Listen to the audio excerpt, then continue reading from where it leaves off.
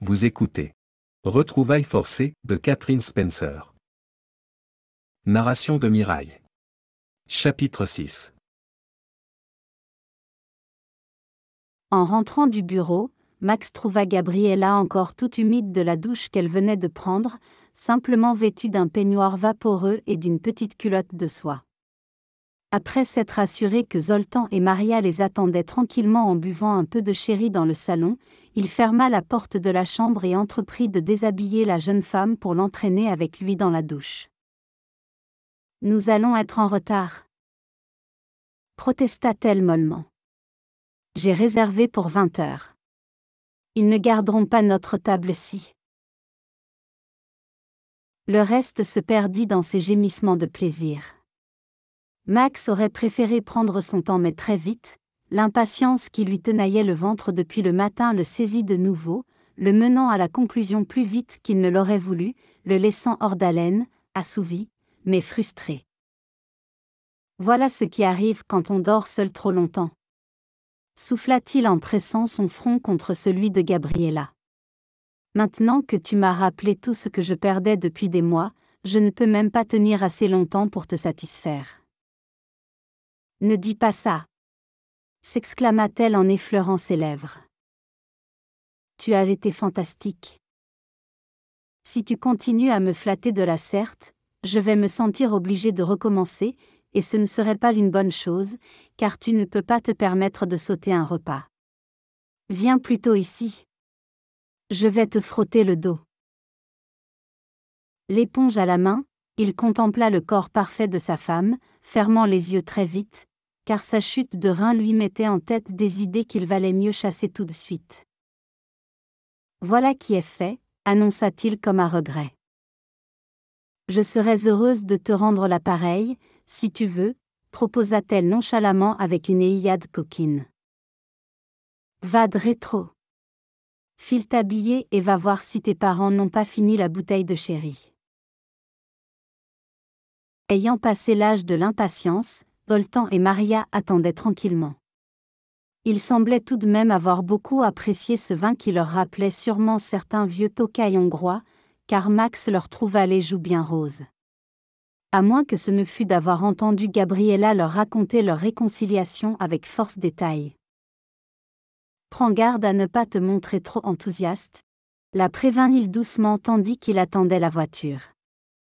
Nous ne savons pas comment les choses vont tourner. Il ne serait pas juste de leur donner de faux espoirs. Gabriella lui jeta un regard douloureux qui ne manqua pas de l'inquiéter.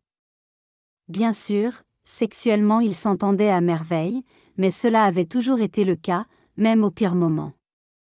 Cependant il ne pouvait prédire l'avenir en se fondant sur un armistice qui avait à peine 2 jours. Je ne leur ai absolument rien dit, lui affirma-t-elle. D'ailleurs, cela ne changerait pas grand-chose car ils sont persuadés que nous sommes un couple idéal. J'espère simplement qu'ils ont raison. Ce n'est pas interdit de le penser, si ? Je disais seulement que nous n'en sommes qu'au début, précisa-t-il en lui serrant la main doucement. Je sais, mais je suis prête à prendre le risque. Nous nous sommes donné une seconde chance, et j'avoue que je n'en espérais pas tant, déclara-t-elle avec sur les lèvres le ravissant sourire qui faisait sa fortune. Tu es superbe, affirma-t-il en lui caressant doucement l'épaule. Je suis sûre que tous les hommes vont être jaloux de moi dans ce restaurant. Sur ce point, Max avait vu juste, Gabriella attira tous les regards, et la petite pointe de fierté qu'il en ressentit l'émut étrangement. Pendant les 2 jours suivants, tout se déroula parfaitement bien. Mais le vendredi matin, le téléphone sonna. Madame Logan ? Elle-même. Je suis Willow McHenry, la secrétaire de Max. Elle n'avait pas besoin de préciser qui elle était, Gabriella aurait reconnu sa voix entre mille. Et cette façon insupportable qu'elle avait de prononcer le nom de Max comme s'il était son amant. Je vous appelle pour prendre rendez-vous. Pour l'interview, vous savez ? Je vous demande pardon ? Oui, votre passage à la télévision. Max vous en a forcément parlé. Il a accepté dans l'espoir que cela satisferait la curiosité des médias pour qu'il vous laisse tranquille ensuite. Votre présence en ville fait grande impression, et Max déteste être sous les feux de la rampe, comme vous le savez j'imagine. Elle marqua une pause, puis reprit sur le même ton. Mais peut-être n'en savez-vous rien après tout. En tout cas nous en avons parlé longuement, lui et moi. Je veux dire... de l'interview. Dois-je comprendre qu'il ne vous en a pas informé? Nous avons échangé quelques mots à propos de mon arrivée ici, qui n'a pas été aussi discrète que je l'aurais souhaité, mais... Pas étonnant qu'il ait oublié alors. La coupa Willow comme si elle se moquait éperdument de la réponse. Le pauvre, il a tellement de travail. Enfin, c'est pour cela qu'il me paie, n'est-ce pas? C'est moi qui m'occupe des petits détails auxquels il n'a pas de temps à consacrer. Cette femme était une vraie tigresse, pensa Gabriella. Extrêmement compétente, sans aucun doute, mais auréolée de la certitude d'être absolument indispensable à son patron. Elle devait être grande et extrêmement séduisante, ambitieuse aussi, portant probablement du noir en toutes circonstances et un rouge à lèvres agressif ainsi qu'un vernis à ongles du même ton. Le commun des mortels devait se sentir bien insignifiant en sa présence. J'ai suggéré à la journaliste que l'interview ait lieu dans l'appartement de Max, ce qui lui a semblé une assez bonne idée, ajouta-t-elle. L'appartement de Max? Gabriella sentit la colère la gagner. Je ne suis pas certaine de partager cette opinion, rétorqua-t-elle d'un ton sec. Cet endroit est un lieu privé, et j'entends qu'il le reste. Il y eut une nouvelle pause à l'autre bout du fil. Mais le salon est si élégant. Reprit Willow.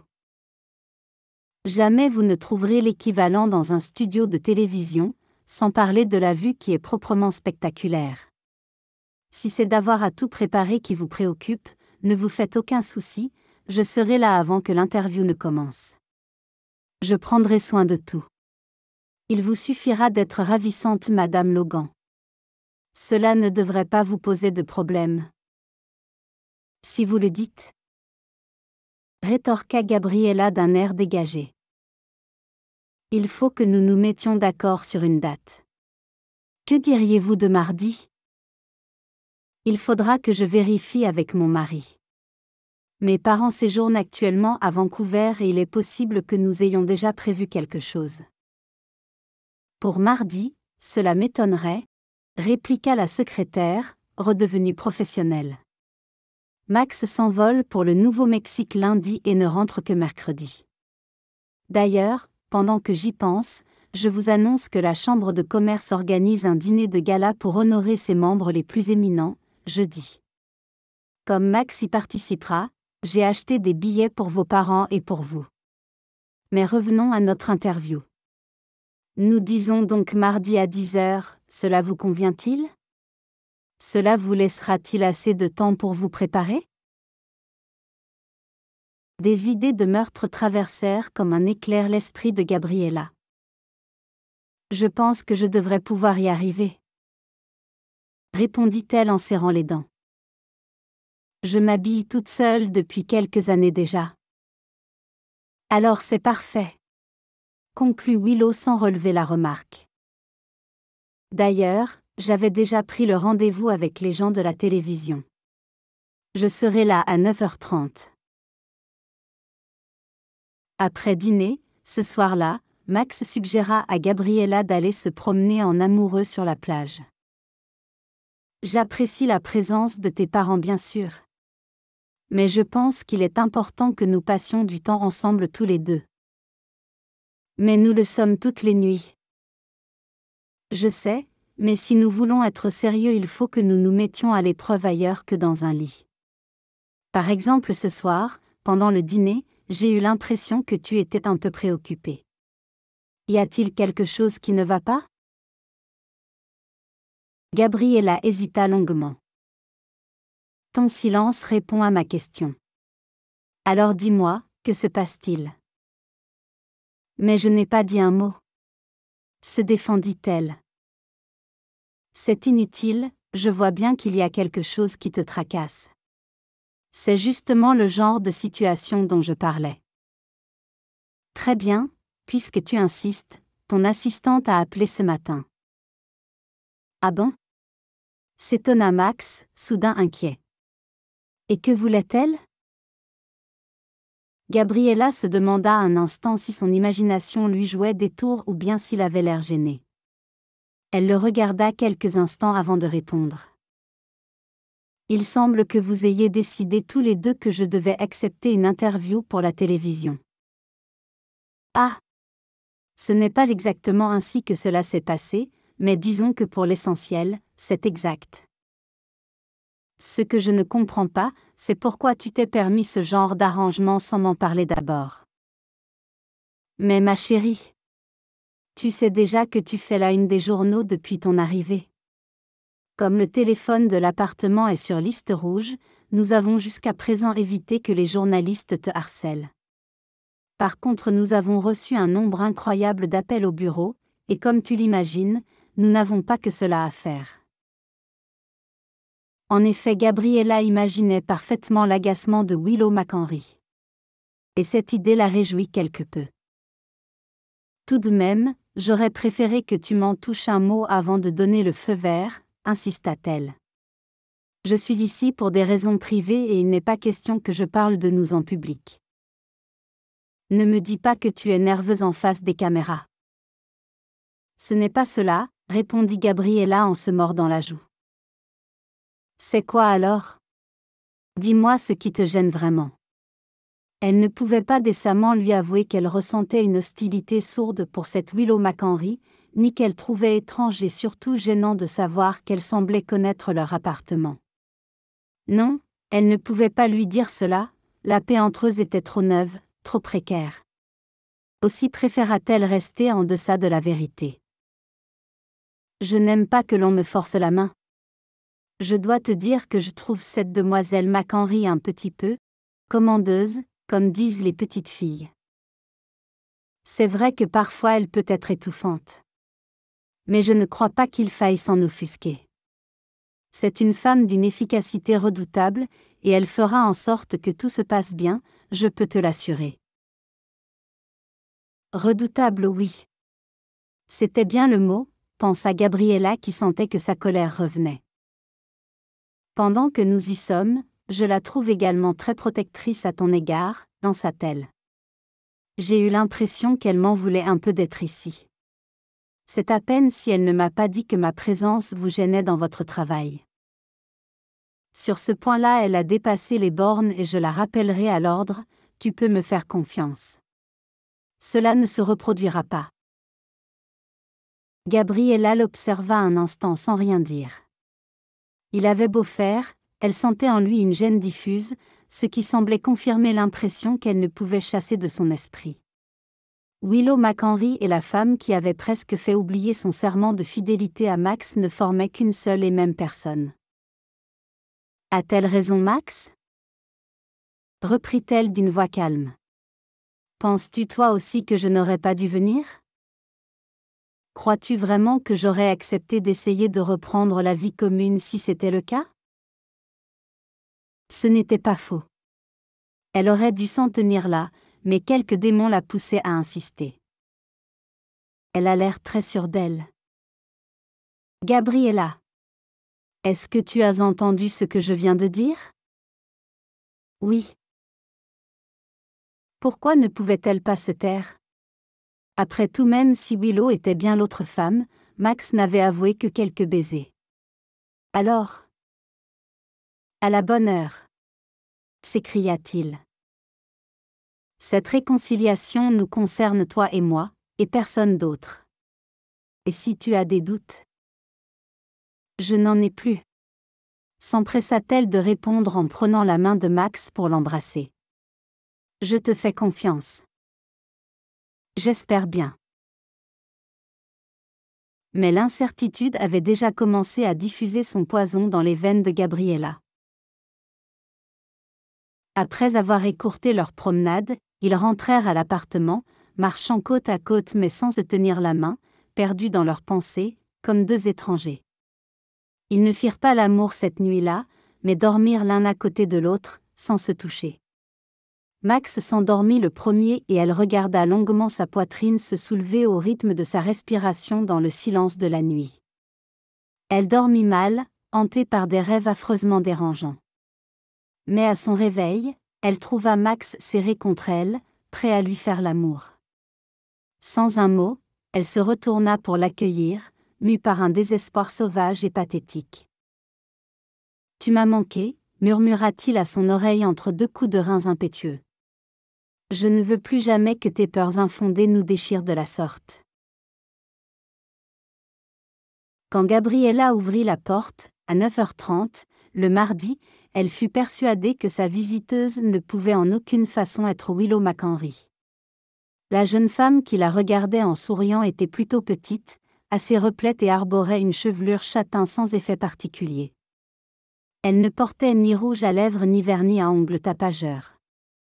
Bref, elle ne ressemblait en rien à l'idée qu'elle s'était faite de la secrétaire hors du commun de Max, même si elle n'était pas désagréable à regarder.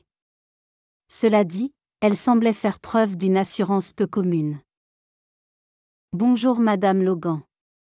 Je suis Willow McHenry. Je constate avec plaisir que vous êtes prête, » lança-t-elle en entrant dans l'appartement sans attendre d'y avoir été invitée, les bras chargés d'un bouquet de roses et d'un sac en tissu aux couleurs extravagantes. « Il va nous falloir du café, » décréta-t-elle en se dirigeant d'un pas décidé vers la cuisine. « Je m'en charge » balbutia Gabriella, sidérée par tant d'audace. Willow McHenry semblait en effet connaître parfaitement l'appartement. Cette femme quelconque était donc sa briseuse de ménage ? Impossible. Inutile. L'arrêta Willow. De toute façon, Max a dit très clairement qu'il ne voulait pas que vous ayez à faire quoi que ce soit. Asseyez-vous tranquillement et reposez-vous. Sur la terrasse, ce sera mieux. Comme cela vous ne risquez pas de gêner l'équipe de tournage. Elle marqua une pause avant d'ajouter comme si elle commandait des petits fours dans une pâtisserie. Vous êtes vraiment superbe. Encore plus belle que je l'imaginais. Je trouve que les photos que l'on voit dans la presse ne vous rendent pas justice. Puis, sans tenir compte de Gabriella qui toujours sous le coup de la surprise la suivait sans un mot, elle s'avança vers l'une des armoires de la cuisine et l'ouvrit, inspectant son contenu en se dressant sur la pointe des pieds. Que sont devenus les vases qui se trouvaient ici ? Je les ai rangés ailleurs. Répondit Gabriella, que l'attitude de sa visiteuse commençait à agacer sérieusement. Je vois. Et où sont-ils ? Dans la resserre. Sans un instant d'hésitation, Willow McHenry se dirigea vers la petite pièce ménagée sous les escaliers. Décidément, elle connaissait très bien la maison. Gabriella fit un effort pour se rappeler que Max avait failli manquer son avion en partant pour le Nouveau-Mexique, la veille, parce que leurs adieux s'étaient quelque peu éternisés. Il n'y avait que cela qui devait compter, se persuada-t-elle, même si l'attitude de cette femme pouvait par moments lui faire douter qu'elle se trouvait bien chez elle dans cet appartement, et que le propriétaire des lieux était bien son mari. Ah ! Les voilà ! Claironna Willow. Allez donc sur la terrasse. Dès que le café sera prêt, je vous en apporterai une tasse. Au fait, vos parents sont-ils là ? Oui. Justement, ils profitent du soleil dans le patio. Il faudra que vous me les présentiez quand vous aurez un moment, répondit Willow en tirant de son sac incroyable un paquet de café, une petite brique de crème fraîche ainsi qu'une boîte à biscuits. Je les ai cuits moi-même ce matin, précisa-t-elle fièrement. Elle doit probablement aussi tricoter ses chaussettes et faire ses yaourts, pensa Gabriella, folle de rage en sortant, précipitamment de la pièce. En passant par le salon, elle s'arrêta devant une photographie de leur mariage. Le souvenir de cette journée de cauchemar lui revint à la mémoire avec la même intensité qu'alors. Elle entendait encore le cri de Max lorsqu'elle lui avait annoncé sa grossesse. « Tu y es, quoi ? Je suis enceinte. Et tu penses qu'il est de moi ? Avait-il demandé, balayant presque aussitôt sa question d'un geste désabusé. Non. Ne réponds pas. Qui d'autre pourrait être le père ? Je suis désolé, Max. Je sais que cela ne faisait pas partie de tes plans. Est-ce que cela fait au moins partie des tiens ? Lui avait-il lancé comme une gifle en plein visage. Bien sûr que non. Je ne savais pas que. Bien sûr. Tu as simplement eu la malchance de venir dans mon lit au mauvais moment, je me trompe ? Il y avait eu un long silence puis, comme si tout à coup il acceptait les responsabilités qui lui incombaient désormais, il avait laissé tomber. Je ne suis pas l'homme à fuir mon devoir. Si je suis bien le père de cet enfant, je suis prêt à en assumer les conséquences. Que veux-tu dire ? Exactement ce que tu espères que je dise, ma chérie. Avait-il répondu. Je n'ai pas l'intention d'attendre que ton père vienne me trouver, un fusil à la main, pour me comporter comme mon honneur me le commande. Nous nous marierons aussitôt que possible. Et si quelqu'un s'étonne de notre empressement, tu n'auras qu'à expliquer que je dois rentrer au Canada avant la fin du mois. De toute façon, c'est la stricte vérité. Comme cela, tu ne seras plus ici quand ton ventre commencera à s'arrondir. Personne n'a besoin de savoir pourquoi nous nous marions si vite. Tu n'es pas obligé de faire cela, Max. Avait-elle objecté devant son air consterné. Mais bien sûr que si, Gabriella. Et ne me dis pas que tu ne comptais pas là-dessus. Ce n'est pas vrai. D'abord, tu n'as jamais eu l'intention de m'épouser. Mais toi, si. Dès que tu as posé les yeux sur moi, tu t'es mise à échafauder des plans pour me mettre dans ton lit. Ce n'est pas vrai. Comment peux-tu dire des choses pareilles ? Je t'aime, Max. Tu me connais à peine, Gabriella. Si ça se trouve, j'ai un casier judiciaire aussi épais que l'annuaire de Vancouver, mais tu t'en moques. Ce qui t'intéresse, en revanche, c'est ma fortune. Bien sûr, je ne dis pas que tu n'aurais pas préféré que je te demande ta main dans les règles de l'art, à l'ancienne, mais quand tu as réalisé que cela ne risquait pas d'arriver, tu as décidé d'user de ce misérable stratagème. L'argent est décidément un aphrodisiaque puissant quand on n'en a pas soi-même, n'est-ce pas, Gabriella ? Elle avait bondi de sa chaise sans se préoccuper des gens qui les observaient, éberlués, dans ce café bondé des bords du Danube. Comment oses-tu m'insulter de la sorte ? Je suis une cycleuse Max, et jamais, tu m'entends, jamais personne dans ma famille ne s'est vendu pour de l'argent. Assieds-toi, Gabriella. Tu es ridicule. Ta famille n'a pas un sou et votre palais menace de tomber en ruine. Vous avez besoin d'argent, de beaucoup d'argent, alors bien sûr, quand un milliardaire nord-américain pointe le bout de son nez, cela excite les convoitises. Bravo, Gabriella. Tu as gagné. Avait-il ajouté en faisant claquer quelques forintes sur la table du café. Mais tu n'as pas idée de ce que ma fortune va te coûter. En effet, les 6 mois suivants avaient été les pires moments de toute son existence. Quant à sa grossesse, elle s'interrogeait encore. Elle avait pourtant réellement cru être enceinte. Pourtant le médecin engagé par Max avait été formel. Votre test est négatif et je ne vois aucune raison de penser que vous ayez fait une fausse couche. D'après ce que vous me dites, vous avez un cycle plutôt irrégulier et ce n'est pas la première fois que vous avez du retard. Je pense que mon collègue s'est trompé, tout simplement. Quand l'avez-vous vu ? Je n'ai pas vu de médecin. J'ai pensé que, enfin, puisque nous avions fait l'amour. Une fois le docteur parti, Max était revenu à la charge. Alors comme ça. Madame a un cycle irrégulier? Et Madame a déjà eu du retard? Et il ne t'est jamais venu à l'idée de mentionner ces détails, Gabriella? Tu m'as laissé croire que tu avais consulté en espérant que je ne découvrirais pas le pot aux roses. C'est bien ça? Eh bien, on peut dire que tu es une menteuse de premier ordre. Et je te fais grâce du terme exact, plus approprié. Dans ces conditions, il n'était pas étonnant que leur mariage soit devenu un tel enfer. Mais aujourd'hui, ils avaient une chance de reprendre tout de zéro, et cette fois-ci, ils étaient deux pour le faire. Et elle ne laisserait personne se mettre entre Max et elle. Seigneur Dieu, s'exclama Willow McHenry en voyant la photo de leur mariage. Il vaudrait mieux ranger cela avant que le journaliste ne s'y intéresse, Madame Logan. Le pauvre Max a l'air de monter à l'échafaud sur cette photo, déclara-t-elle en caressant du pouce le visage de son patron. Vous en revanche, vous avez l'air radieuse. Mais peut-être était-il simplement nerveux? Il devait sûrement se demander s'il serait capable de répondre à vos attentes. Pour cela, il n'y a pas de problème. Et dans tous les sens du terme.